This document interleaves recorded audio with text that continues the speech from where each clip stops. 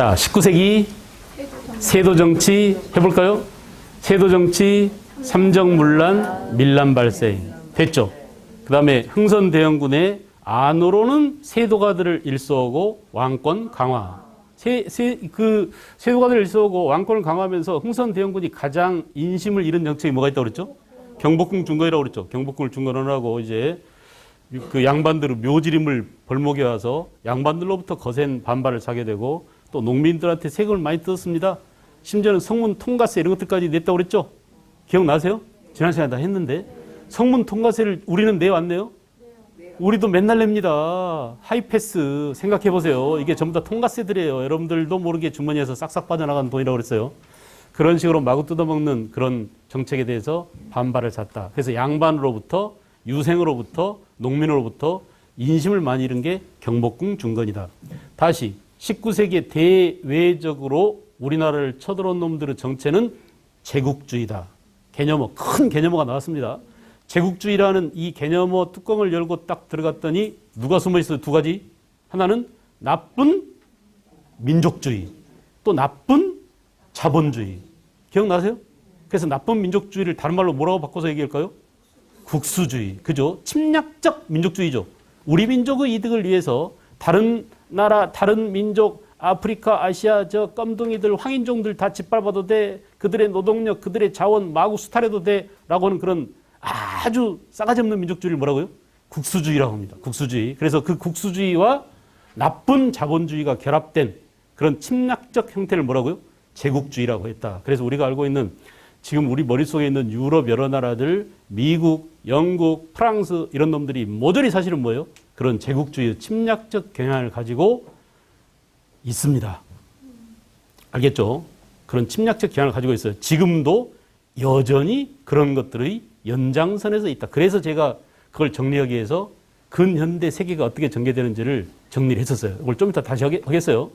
자, 이렇게 해서 대내적으로는 왕권 강화, 대외적으로는 제국주의 침략에 맞서서 흥선대원군이 내세운 정책은 흥선대원군이 내세운 정책은 빗장을 닫아 걸자. 이건 개념이죠. 그것을 개념으로 풀면 수교통상 거부정책이라고 하고 여러분들이 배울 때는 뭐라고 배웠죠? 쇄국정책이라고 배웠어요. 쇄국정책 되게 어렵죠. 통상 수교를 요청해 왔을 때 우리는 그거 싫어라고 거부했어요. 이게 뭐라고요? 수교통상 거부정책. 더 쉽게 다가오죠. 이렇게 해서 대외적으로는 쇄국정책으로 맞섰다. 됐죠? 그 흥선대원군이 쇄국정책을 펼칠 때 서양과 충돌했어요. 고개 드세요. 보지 마세요. 보고 싶어도 보지 마세요. 참으세요. 그래서 서양과 충돌했는데 두 번 있었죠. 한 번은 먼저 누구랑 충돌? 프랑스. 이게 무슨 양이죠?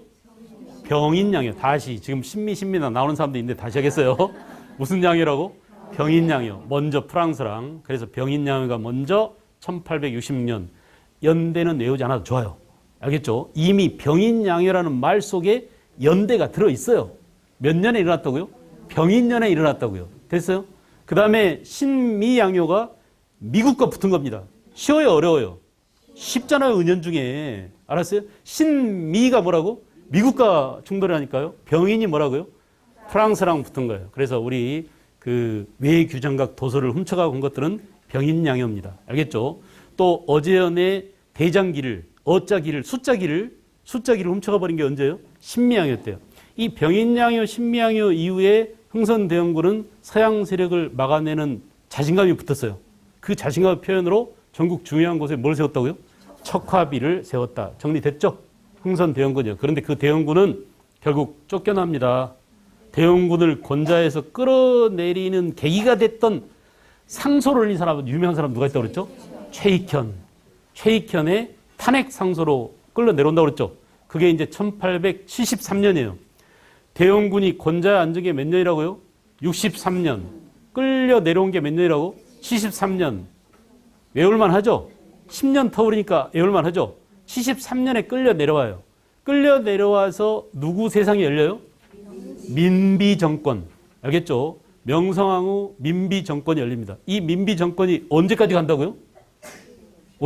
민비 죽을 때까지 가요. 민비가 언제 죽었어요? 1895년에 죽었어요.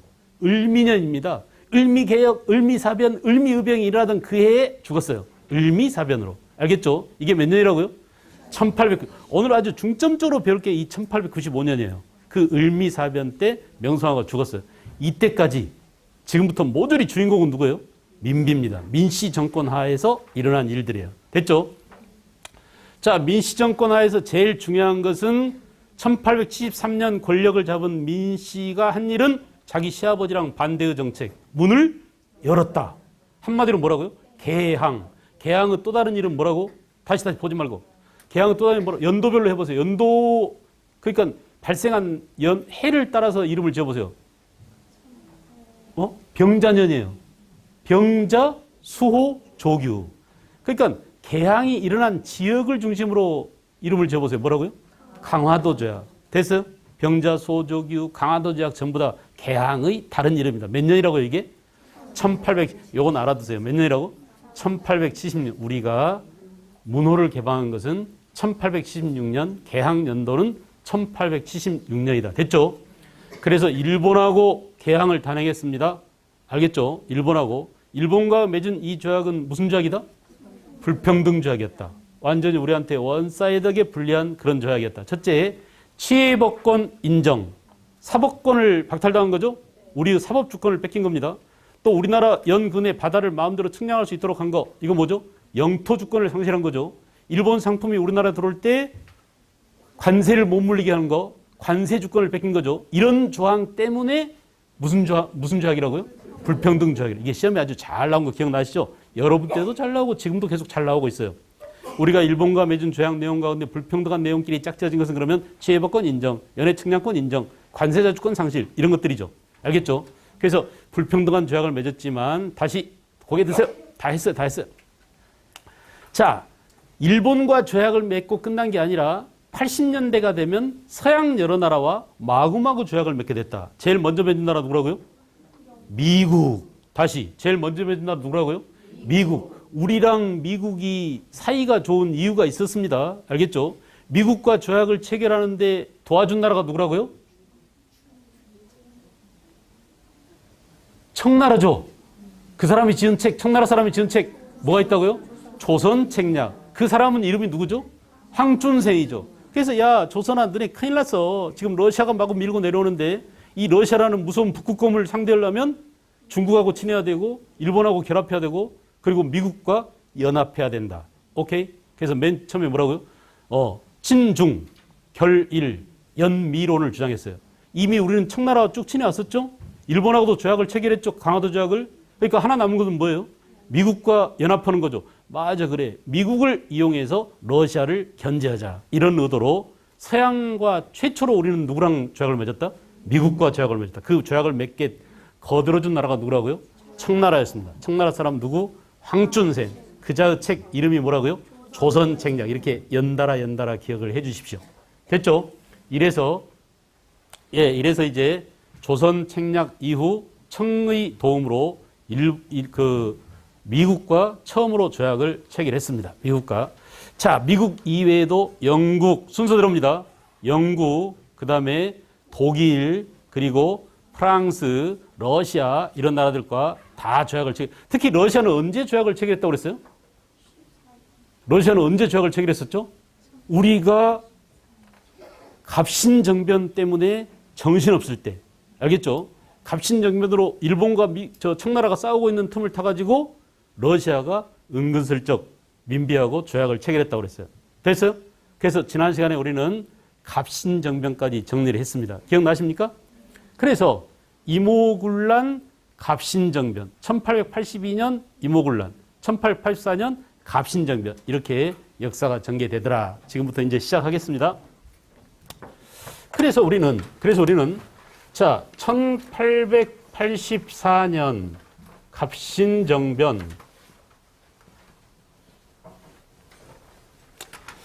이 갑신정변의 결과 한반도 주변의 정세가 이렇게 전개됐다고 그랬어요. 한반도 주변의 정세가. 자, 이제 청나라가 조선에서 뭘 차지했다고? 정치적으로, 군사적으로 이모군란 82년에 일어났죠. 이모군란 82년에 일어났죠. 이모군란 결과 청나라의 위세가 등등해졌죠. 거의 죽을 뻔한 민비를 구해준 게 누구라고요? 청나라였잖아요. 갑신정변도 마찬가지예요. 청나라 군대가 프랑스랑 싸우느라고 절반이 빠져나갔다고 하는 3,000명 가운데 1,500만이 빠져나가는 틈을 타가지고 갑신정변을 일으켰는데 갑자기 청군이 돌아왔어요, 다시. 그래서 청나라 군대가 일본과 결탁돼서 정변을 주도했던 김옥균, 박영의 이런 사람들을 다 제압했죠. 그리고 민비를 또 살려줬죠. 그러니까 이 두 가지 사건의 공통점은 친청, 사대주의가 아주 고조되게 되고 청의 그만큼 간섭이, 내정 간섭이 아주 고조되게 됐다라는 얘기예요. 그래서 청나라는 조선에서 우리는 조선의 종주국이야. 조선의 주인이야. 우리가 역시 주인이야. 이렇게 정치 군사적으로 조선을 주도해 나갔습니다. 주도권을 장악했어요. 자, 그동안 1870년 개항 이후 계속 그 일본한테 밀렸던 청나라가 82년도에 갑자기 이모군란 84년 갑신정변으로 주도권을 장악하자 일본은 이제 뭐냐? 일본은 이제 정치 침략에서 무슨 침략으로 전환했냐면 돈이나 벌자. 무슨 침략으로? 경제 침략으로 전환하게 되었다. 이 대목에 굉장히 주목을 하고 그랬죠. 일본이 경제 침략으로 방향을 틀었습니다. 알겠어요? 일본이 경제적으로 침략하는 순간 누가 가장 죽는다? 농민이 가장 많이 일본 상인한테 뜯겨먹게 됐다. 됐어요? 그래서 농민의 피해가 막 심해졌습니다. 이걸 잘 기억해 두세요. 이것 때문에 동학 농민운동이 일어나는 겁니다. 알겠어요? 이렇게 10년간이나 뜯어먹혔어요. 농민들이 참다 못해서 일으킨 게 뭐라고요? 동학 농민운동이에요.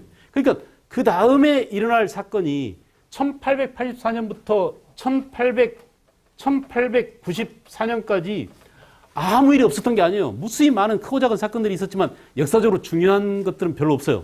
그러니까 1884년 갑신정변 이후 10년 동안 이렇게 농민들이 뜯어먹히고 하다가 결국 이 일본에 대한 반발과 민비 정부에 대한 반발로 일어난 게 1894년 뭐라고요? 동학 농민운동이다. 그 과정을 잘 생각을 해보시기 바랍니다.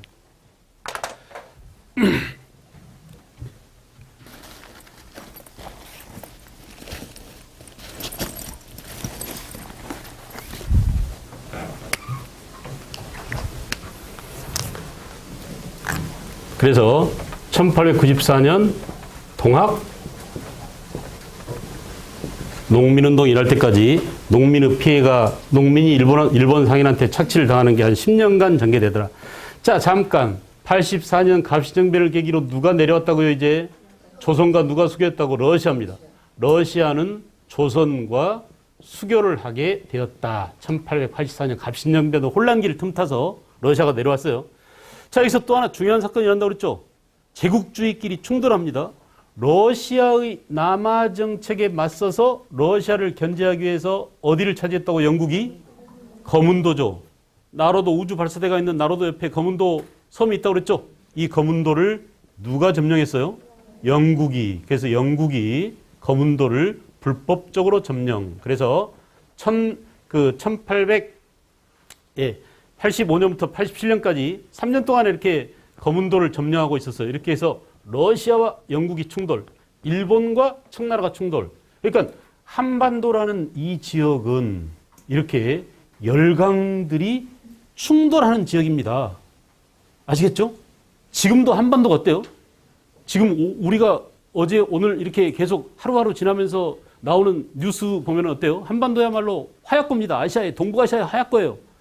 1차 세계대전이 일어났던 유럽에서는 유럽의 하얗고가 어디였어요? 발칸반도였어요. 그것처럼 그야말로 우리 한반도는 아주 뜨거운 하얗고입니다. 도대체 한반도에 뭐가 먹을 게 있다고? 먹을 게 뭐가 있습니까? 먹을 게 뭐가 있어요? 별로 없죠? 먹을 게 없어서 그동안에 외면받고 차라리 중국을 먹겠어, 일본을 먹겠어고 우리보다 먼저 1842년 영국한테 청나라가 무릎 꿇었죠? 또 일본은 1854년에 미국한테 무릎 꿇었죠? 그래서 겨우겨우 버티고 있었는데 드디어 이제 우리 한반도가 핵심으로 등장합니다. 지정학적 중요성이 있죠. 그러니까 한반도를 밟아야 대륙으로 올라가든지 해양으로 그러니까 대륙 세력은 여기를 밟고 지나가야 해양으로 나갈 수 있고 일본 같은 놈들은 대륙으로 진출하려면 반드시 한반도를 먹어야 되고 이런 점이지대이기 때문에 한반도는 공격 대상이 돼요.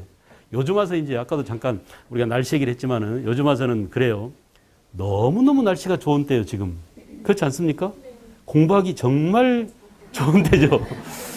놀러 다니기도 정말 좋은 때죠. 좋아요. 그래서 우리나라처럼 이렇게 날씨가 좋은 그런 때가 없어요. 그러니까 제가 저 코트를 이렇게 입고 왔는데, 와, 그래, 가을 되면 저거 입어야지. 좀 있으면 겨울 되면 또 어떻겠어요?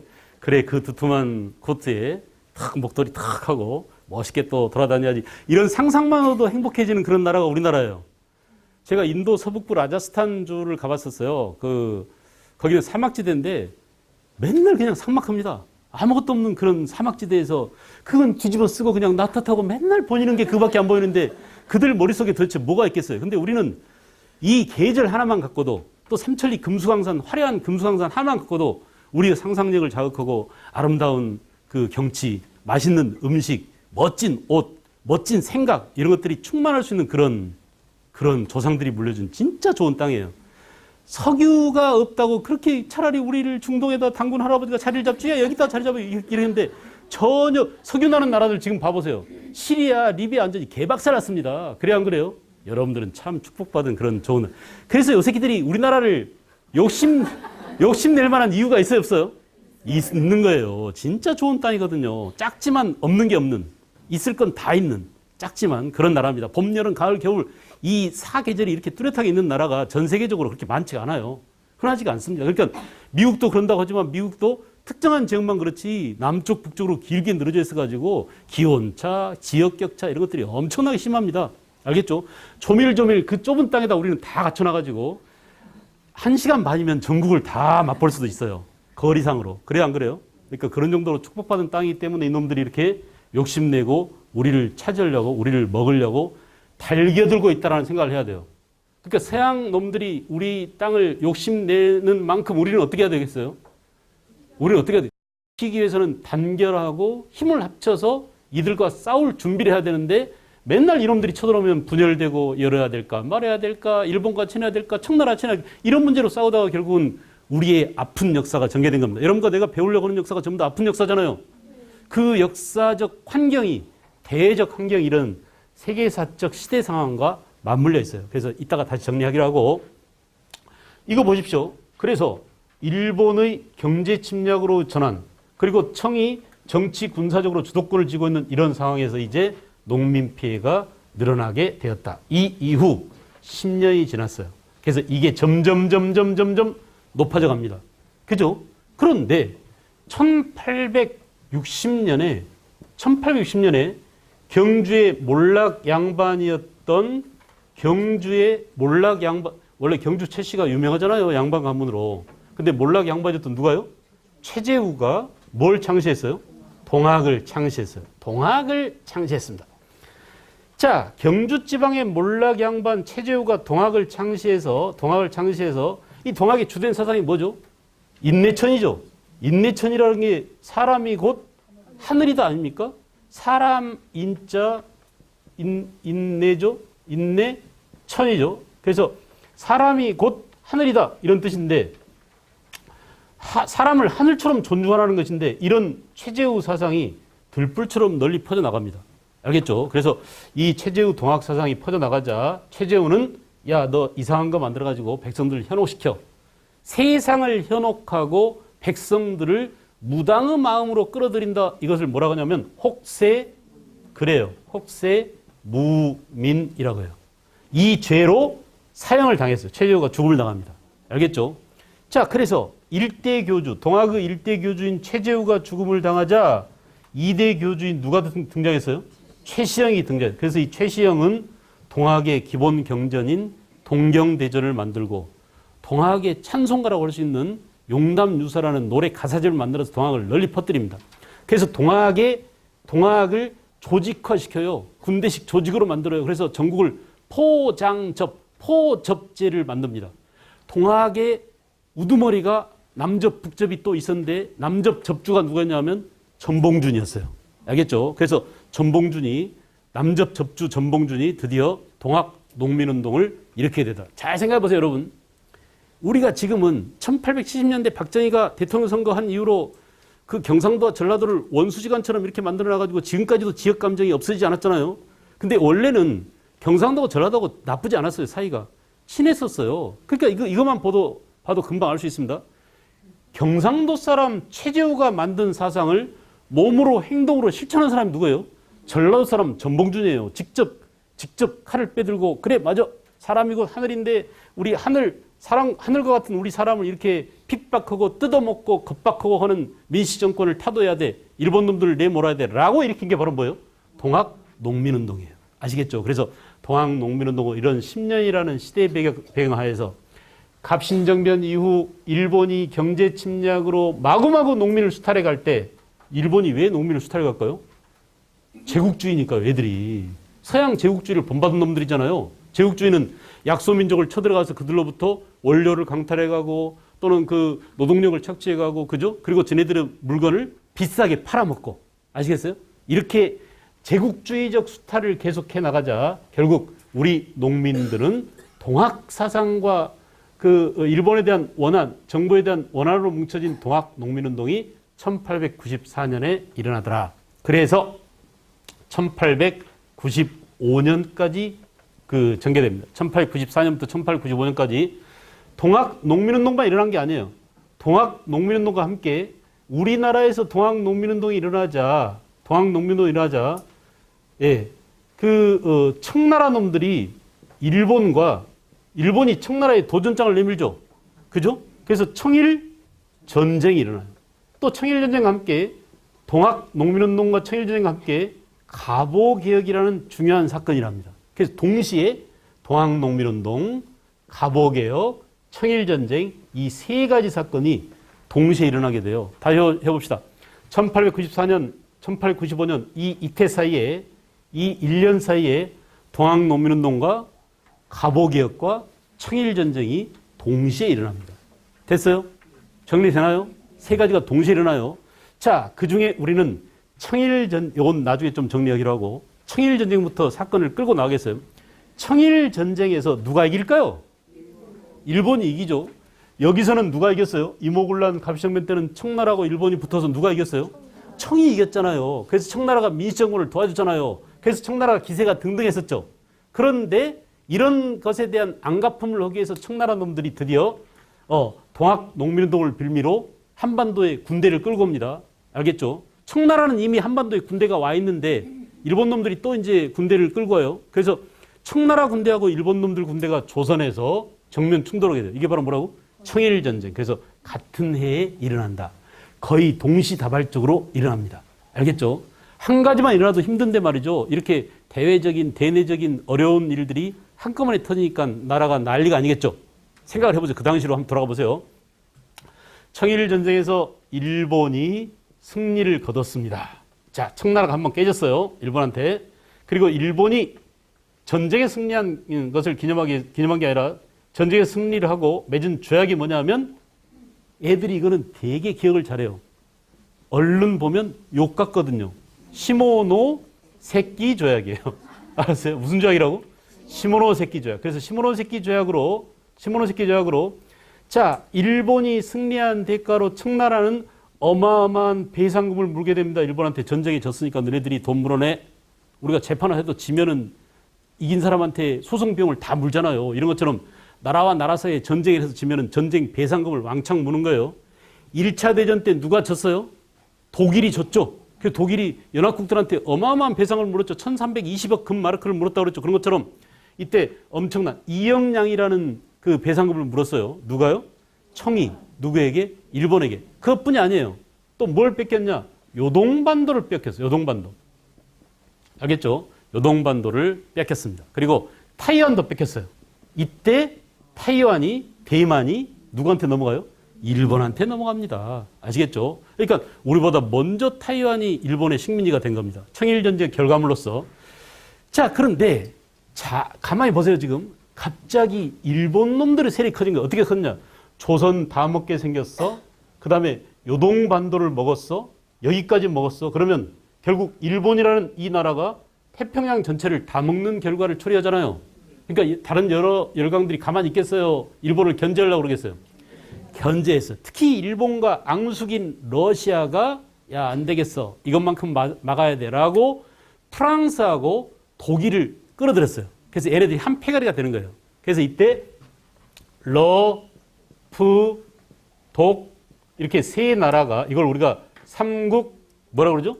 협상이라고 그래요. 삼국 협상. 그래서 이 세 나라가 러프독 삼국 간섭을 하고 들어옵니다. 삼국 간섭. 간섭이라고 할까요? 세 나라가 간섭을 하고 들어요. 어떻게 간섭을 했느냐? 야, 너네 처먹어도 너무 많이 처먹었어. 이렇게 많이 먹으면 어떡하려고 그래? 배 터져. 이거 반환해. 라고 요동반도를 반환하도록 반환 압력을 넣었어요. 여러분 생각해 보세요. 일본 입장에서 러시아도 지금 버거운 상대인데 거기에 지금 누가 끼어들었어요? 프랑스랑 독일까지 러시아를 거들고 나서는 거예요. 그러니까 일본이 상대할 수 있겠어요? 상대할 수 없습니다. 그래서 이거 넘어갔구나 하고는 일본이 결국은 요동반도를 반환해 주게 돼요. 자, 요동반도를 반환받게 되었고 청나라는 이걸 가만히 보고 있던 지금 우리나라는 권력을 누가 쥐고 있다고 그랬죠? 민비죠. 민비는 눈치 빨라요, 안 빨라요? 눈치 빠르고 외교적으로 아주 수완이 대단한 여자였습니다. 근데 이거 지금 보니까 일본이 청일전쟁에서 거의 다 이겼어. 그래서 야, 우리가 그동안 청나라에 붙어 있었는데 이제는 일본한테 붙어야겠구나라고 일본한테 붙으려고 하고 있는데 갑자기 일본보다 더 센 누가 나타났어요? 러시아가 나타났어요. 근데 이 러시아하고 민비하고 친해 안 친해요? 아니요, 친해요. 이미 여기서 친해졌어요. 알겠죠? 베베르 공사랑 민비랑 친하다고 했잖아요. 그래서 그래 맞아. 얘들이 지금 이득을 보고 애들이 더 힘이 센 것 같은데 애들이 말 한마디 하니까 일본이 꼼짝 못하네 이랬단 말이에요. 그래서 삼국 간섭을 보고 민비 정권이 친일러 내각을 만들었어요. 알겠죠? 자, 이거 보세요. 제주는 누가 넘었어요? 고민호, 일본이 다 했어요. 전쟁에서 이거 피 흘리고 겨우겨우 뭐 좀 먹으려고 하는데 누가 지금 알짜를 챙겨가고 있어요? 러시아가 삼국 간섭으로 요동반도를 반환하게 됐죠. 민비 정부마저도 조선 정부마저도 러시아한테 붙어버렸죠. 여기에 대한 반발로 일본이 참다 못해서 전현이 정말 죽으려고 환장했나 하고는 민비를 죽입니다. 그러니까 민비가 죽는 게 바로 뭐 때문에? 이것 때문이에요. 알겠죠? 그래서 1800 드디어 해가 바뀌었어요. 95년. 이게 갑오년이면 갑오 다음에는 무슨 년인가요? 진사 오미. 그 다음에 갑 다음에 뭐? 그러니까 을미년인 거예요. 알겠죠? 그러니까 을미사변이라는 그 속에 이미 연도가 다 들어있으니 우리가 굳이 연도를 외우려고 혈안이 될 필요는 없다 이런 얘기예요. 그래서 1895년 드디어 을미사변으로 명성황후가 시해를 당했습니다. 일본 낭인의 칼에 난자를 당하고 불태워서 처참한 꼴을 당하게 되죠. 자, 을미사변이에요. 을미사변. 이 을미사변을 계기로 국모를 죽이고 이 나쁜 놈들 하면서 전국에 유생들이 일어납니다. 임진왜란 때 의병 일으키고 잠잠했던 유생들이 임진왜란 이후 처음으로 일으킨 의병이 무슨 의병이라고요? 을미의병이에요. 여러분, 을미의병의 원인이 뭐냐 그러면 뭐 때문이라고? 을미사변. 쉬워요, 어려워요? 굉장히 쉬워요. 인과관계가 뚜렷하잖아요. 을미의병이 일어나게 되었다. 을미사병과 함께 을미의병이 일어나더라. 그리고 일본 놈들이 갑오개혁을 하고 나서 미진한 개혁을 또다시 단행하는데 이걸 무슨 개혁이라고 하냐면 을미개혁이라고 그래요. 그래서 갑오개혁의 연장선에서 을미개혁이 이루어진다. 이게 언제적 얘기라고요? 1895년 을미년에 일어난 일들입니다. 다시 정리할까요? 1894년에 동학농민운동, 두 번째 뭐라고? 갑오개혁, 그리고 또 뭐? 청일전쟁 다 일어나고 청일전쟁 결과 을미사변이 일어난다. 그리고 을미사변과 함께 을미의병, 을미개혁이 일어난다. 정리됐어요? 넘어갑니다. 지금 큰 사건들만 끌고 가겠어요. 그래서 일제시대 전까지 갈 거예요, 지금. 자, 그러자 고종임금 입장이 돼보세요. 자기 주변에서 지금 별의별 일이 일어났는데 지금까지는 고종이 등장하지 않았어요. 왕만 되었지 10년 동안 누가 다 해먹었어요? 아버지가.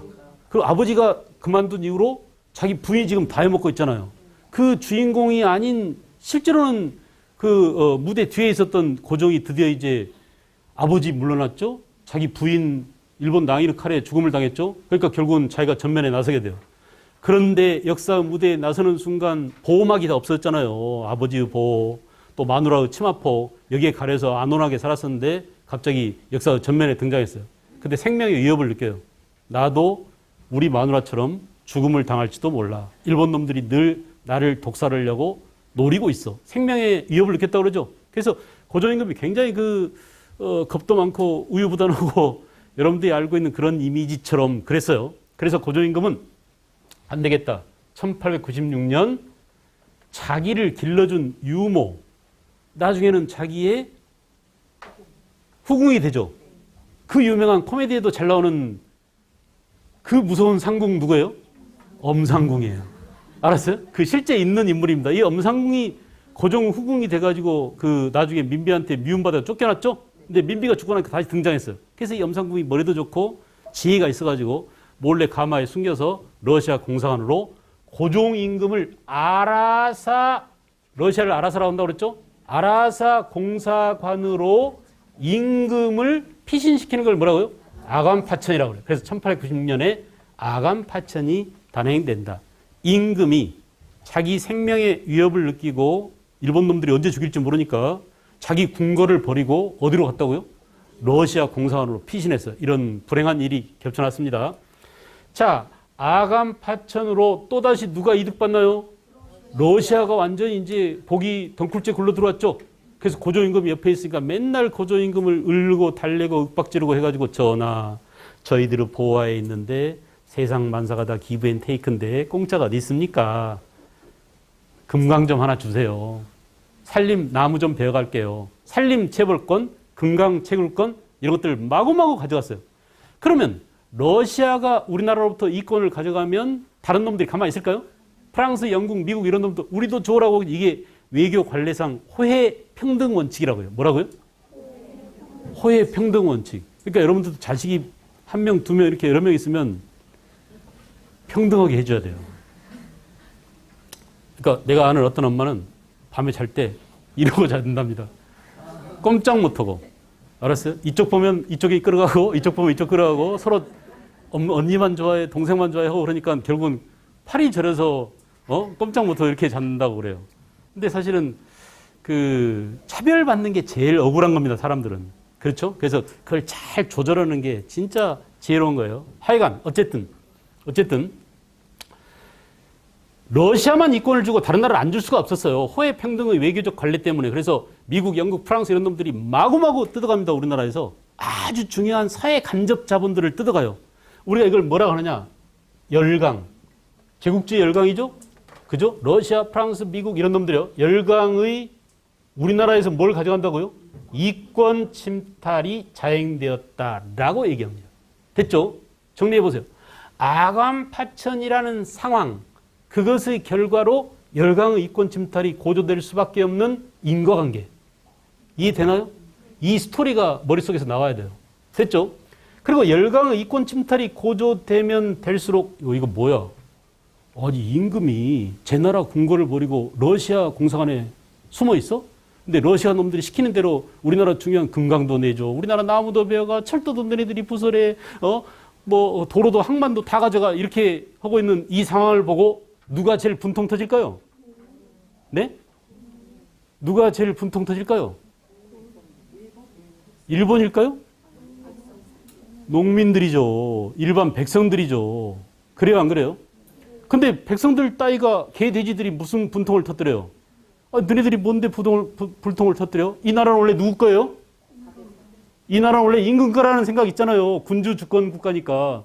임금이 지 나라 지가 마음대로 땅 떼어주고 오는데 왜 국민들이 아니 조상 대대로 내가 농사 지은 땅, 조상 대대로 우리가 살고 있는 이 금수강산, 우리의 산하를 열강놈들한테 하나씩 넘겨줘? 가만히 생각해보니까 이 땅이 이 나라가 누구 거라는 생각을 하게 돼요. 이제 임금이 아니네. 지가 주인이라면 지가 돈놈이 왔을 때 강도가 우리나라에 들어가지고 돈 내라 그러면 예금 통장 저 밑에 있고요. 결혼 반지는 저기 있고요. 이렇게 알려주는 놈이 주인입니까? 아니에요. 주인 된 자라면 맞서 싸워야죠. 자식 새끼들과 아내와 재산을 지키기 위해서, 생명을 지키기 위해서 지가 맞서 싸워야 이게 주인이지. 근데 여기도 있어요. 아이고 미안해. 넌 못 받았네. 섭섭하게 내면서 여기 내주고 저거 내주고 이게 주인이에요? 주인이 아니라는 걸 깨달았어요. 야, 이 나라의 주인은 임금이 아니구나. 우리구나라고 깨달았어요. 이 깨달음을 갖도록 서양의 민주주의가 국민이 주인이라는 사상 아닌가요? 이 민주주의 의식을 심어준 사람들이 있었어요. 그게 바로 누구냐? 갑신정변 때 미국으로 도망갔다 돌아온, 내가 기억하라고 그랬어요. 누구라고요? 17살이었던 갑신정변 때 17살 서재필이 미국에서 망명해 있다가 돌아왔어요. 그리고 무슨 신문을 만들었어요? 독립신문을. 그 독립신문 속에 그런 사상들이 다 들어있었고, 그래서 만든 조직한 단체가 뭐예요? 독립협회. 그러니까 먼저 신문이 먼저 만들어지고 그 다음에 나중에 독립협회가, 이런 상황에서 독립협회가 만들었어요. 그래서 뭐라고요? 독립협회. 독립협회가 뭘 했을지 다 알 수 있겠죠? 외워야 될까요? 상황을 이해해야 될까요? 이해해야 됩니다. 알겠죠? 그래서 이렇게 인과관계, 아간파천, 열강의 이권 침탈, 독립협회가 인과관계로 세트로 묶여 있다는 거. 자, 앞에 가면 세두정치, 삼정문란, 밀란 발생, 세트 메뉴죠. 그래야 여기도 마찬가지예요. 열강의 아간파천, 열강의 이권 침탈, 그 결과 뭐라고? 독립협회. 이렇게 세트 메뉴로 묶어두면 되게 편합니다. 알겠죠? 이렇게 해야 지식이 조직화되고 체계화돼서 빨리빨리 증발해버리지 않아요. 묶어두세요. 알겠어요? 묶어둡니다. 그리고 나중에 하나씩 뜯어보면 돼. 아간파천이 뭐지? 아, 그렇구나. 이렇게 하나씩 사건을 열어보면 됩니다. 아간파천이라는 개념어 속에 다 개념들을 집어넣어놓고 딱 열쇠를 채워놓으세요. 알겠죠? 자, 그러다가 이제 난리 났습니다. 맨날 이 독립협회에서요. 지금 이 아간파천 러시아 공사관이 정동에 있었는데, 그 당시에 덕숭 앞에 있는 러시아 공사관 아닌가요? 서울에서 제일 높은 건물이었어요. 거기 러시아 공사관 밑에서 맨날 백성들이 하얗게 모여서 데모입니다.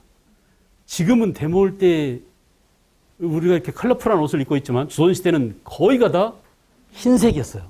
백이민족이잖아요, 우리가. 한복을 거의 다 하얀색으로 입고 다녔어요. 그러니까 3.1운동 때도 보면은 하얀색 물결입니다. 알겠죠? 이렇게 하얀 백성들이 그런 옷을 입고 와서 맨날 데모고 이런 모습을 보고 고종임금이 쟤들 왜 그러냐 그랬더니, 전하, 아래 어깨 항성하나 백성들이 전하를 빨리 나오라고 지금 난리도 아닙니다. 맨날 데모를 하니까 나오세요. 임금님 뭐 하고 계세요? 왜 우리 거 다 팔아먹으세요? 하면서 이런 데모를 하고 있는 모습을 보고 견딜 수가 없었어요. 또 하나는 뭐냐? 러시아 혼자서 이권을 독점하고 있는 이런 상황을 프랑스나 일본이나 미국이나 이런 나라들이 내버려 둘까요? 견딜 수가 없겠죠. 그래서 야, 빨리 고정임금 내라! 라고 이렇게 열강의 압력이 있었어요. 그것 때문에 결국은 1897년 이듬해, 알겠어요? 1897년 러시아 공사관에서 경운궁으로 지금의 덕수궁이죠. 덕수궁으로, 경복궁으로 가지 않고 경운궁으로 갑니다. 경운궁으로 환궁했어요. 그래서 경운궁으로 환궁한 다음에 나라 이름을 드디어 대한제국으로 바꾸고, 자기가 대한제국의 황제가 됩니다. 황제. 그래서 고종 황제가 황제로 즉위하죠. 황제 국가가 되는 거예요. 황제 국가가. 그래서 대한제국이라고 하고요. 자, 그리고 광무라는 연호를 사용했어요. 이제 중국처럼 우리도 연호를, 황제가 자기 시대임을 선언하기 위해서 시간을 지배한다고 그랬죠. 그 시간을 지배하는 표상이 바로 연호잖아요. 그래서 광무라는 연호를 사용하고 여러 가지 개혁 정치를 단행해요. 그래서 광무 개혁을 단행하더라. 됐어요? 몇 년 얘기해요, 이게? 97년이에요. 1897년. 자, 여러분, 역사가 굉장히 복잡하다라고 생각하지만 별거 아니에요. 해보세요. 다시 정리해보세요. 70년대 개항 하나밖에 없어요. 됐어요? 그러니까 1870년대 민씨 정권 때 개항이죠. 80년대 서양과 조약 체결했죠. 그리고 여러 가지 개화 정책을 추진했죠. 그다음 82년에 뭐 당했다고? 임오군란. 84년에 뭐 당했다고? 갑신정변. 그 이후 10년 뒤에 뭐 당했다고? 동학농민운동, 가보개혁, 청일전쟁. 자, 인과관계 쪼로록. 청일전쟁 결과 삼국간섭, 삼국간섭으로 을미사변 이후 아간파천 이후 대한제국. 됐어요? 그 다음에는 1910년 나라가 망하는 겁니다. 어이없잖아요? 그냥 망하겠어요? 여기에 우여곡절이 있었습니다. 자, 그동안 이거 보세요. 우리가 곰곰이 한번 생각해 보세요. 1876년 개항을 할 때만 하더라도 일본이 기세등등했죠. 청나라 아무것도 아니야. 조선은 자주국이 하면서 청을 아웃시켜버리고 일본이 조선을 다 먹을 듯이 했었지만은, 일본이 뭔가 좀 잘 나가려고 할 때마다 누가 발목을 잡았어요? 러시아가. 을미사변으로 일본이 주도권을 다시 쥐게 됩니다. 명성황후를 제거하고 주도권을 쥐게 됐죠. 근데 또 일본의 발목을 잡은 놈들이 누구예요? 러시아. 이때 또 무슨 내각이 성립되겠어요? 칠러 내각이. 그래서 일본으로서는 러시아 말로 우리의 앙숙이다. 저 러시아를 제거하지 않고는 안 되겠구나라고 드디어 누구를 상대로? 러시아를 상대로 전쟁을 일으켜요. 이게 1904년부터 1905년까지 무슨 전쟁? 러일 전쟁이에요. 여러분, 청일 전쟁이나 러일 전쟁이나 전부 다 제국주의 침략적 야망을 가진 일본 놈들이 조선을 먹기 전 단계로서 역시 강대국인 청나라와 강대국인 누구를 상대로? 일본을 상대로 어디를 무대로? 조선을 무대로 한판 승부를 벌인 겁니다. 이해 가시나요? 무슨 말 알겠어요? 그리고 우리는 어때요? 지네들이 싸우는데 우리나라 싸운 거예요. 그리고 우리 희생양이 된 겁니다. 지금 트럼프하고 지금 누구하고? 김정일하고 또는 트럼프하고 누구랑? 시진핑하고 걔네들 고래 싸움에 누구 등 터지게 생겼어요? 대한민국 새우 등 터지게 생겼어요. 그래요, 안 그래요? 그러니까 우리가 지금 정신 바짝 차리고 정신을 차리고 있어야 합니다. 정신을 차리고 우리한테 불리한 일이 전개되거나 하면은 바로 등장해야 돼요. 여기서 보여줬어요. 힘을, 파워를 보여줘야 돼요. 우리 국민은 살아있어. 우리가 눈이 벌겋게 움직이고 있는데 너네들이 감히 우리 걸 뺏어가려고 그래? 우리 생명을 담보로 해서 전쟁을 일으키려고 그래? 우리 손으로 막지 않으면 뒤집어져요. 식민지가 되는 것처럼 우리는 또 어떤 역사적 참화를 겪을지 모르는 그런 아슬아슬한 상황이에요. 아시겠죠? 심각할 거 없어요. 늘 우리는 이렇게 아슬아슬한 상황을 살아왔었어요. 제가 제 평생을 이렇게 보면은 아슬아슬하지 않은 때가 없었습니다. 그래도 우리 민족은 잘 슬기롭게 넘겼어요. 그래서 제가 첫 시간에 무슨 얘기 했어요? 한참 잘 나가고 있다. 점점점 좋아져 가고 있다. 그러니까 운세가 좋아져 가고 있다면 좀 막연하잖아요. 근데 데이터를 보니까 그렇더라. 앞으로 우리는 점점 좋아질 것 같고 그런 좋은 판단, 현명한 결정, 또 우리한테 작용되는 여러 가지 여건들, 이런 것들이 기술의 진보라든지 우리 민족의 역량이라든지 그동안 쌓아온 누적된 우리 민족의 힘이라든지 이런 것들이 잘 발현돼서 남은 세기 동안에 우리가 분명히 전성기를 또 한 번 구가할 날이 올 것이다. 특히 여러분들 자녀 때 전성기가 올 거라고 예견할 수 있어요, 없어요? 있으라고 내가 얘기해 줬잖아요. 그래서 어쨌든 지금은 암울한 시대입니다. 러일 전쟁에서 누가 이겼죠? 일본이 승리했어요. 이때 일본에 이순신이 있었어요. 이순신이. 이순신의 하깃진 전법을 써먹은 놈이 있었어요. 실제로 이 사람 이름이 도고 헤이하치로라는 일본 해군 제독이었거든요.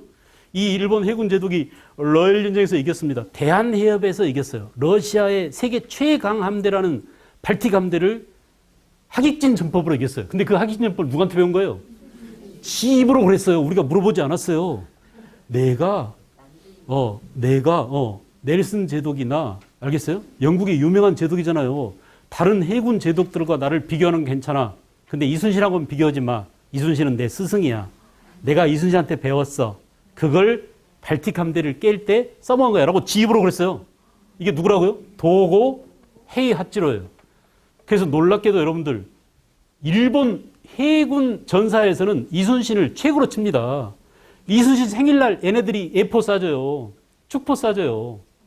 이해 가나요? 그런 정도로 이순신을 흠모하고 사모하고 하는 놈들이 이놈들인데, 그게 바로 뭐냐? 오늘의 일본이 있는 결정적인 계기가 된 게 러일 전쟁인데, 그때 일본을 승리로 이끈 게 바로 뭐라고요? 옛날 임진왜란 때 그 하깃진 전법을 여기다 써먹어서 러시아 발틱 함대를 무찌른 겁니다. 그리고 1905년 러일 전쟁 이후 1910년까지는 뭐예요? 우리는 완전히 우리의 국권을 강탈당하는 그런 시기였어요. 그러다가 1910년 8월 29일 날 나라를 잃었습니다. 국치일이죠. 이게 무슨 년이에요? 경술년이에요. 그래서 뭐라고? 경술 국치일이 된 겁니다. 순식간에 일제시대까지 왔습니다. 알겠죠? 큰 흐름을 정리했어요. 됐어요? 복잡해요? 복잡하지 않아요? 그렇게 복잡하지 않아요. 여러분이 생각한 것처럼 그렇게 복잡하지 않아요. 다시 정리하겠어요. 70년대, 80년대 2개, 90년대 요렇게 정리. 그리고 1900년대 와서는 러일 전쟁, 그리고 1910년. 이렇게 나라를 빼앗겨가는 이 과정에서 우리는 두 가지 일을 합니다. 하나는 뭐냐? 나라를 빼앗겨 내 몸 바쳐 목숨 바쳐 이 강토와 내 후손들을 지키리라. 뭐요? 의병. 그래서 을미의병 이후 을사의병 1905년. 알겠죠? 1907년 무슨 의병? 정미의병 이렇게 의병 전쟁을 합니다. 또 하나는 뭐냐? 아니야 그러지 마. 우리도 일본처럼 근대화를 해야 돼. 힘을 길러야 돼. 국민 여러분 정신 차리세요. 공부를 해야 됩니다. 돈을 벌어야 됩니다. 힘을 내야 됩니다. 이게 뭐예요? 애국 계몽운동이에요. 이렇게 두 가지 운동이 이 시기에 전개됩니다. 다음 시간에 이건 이제 또 정밀하게 들어가겠어요. 오늘은 뭐죠?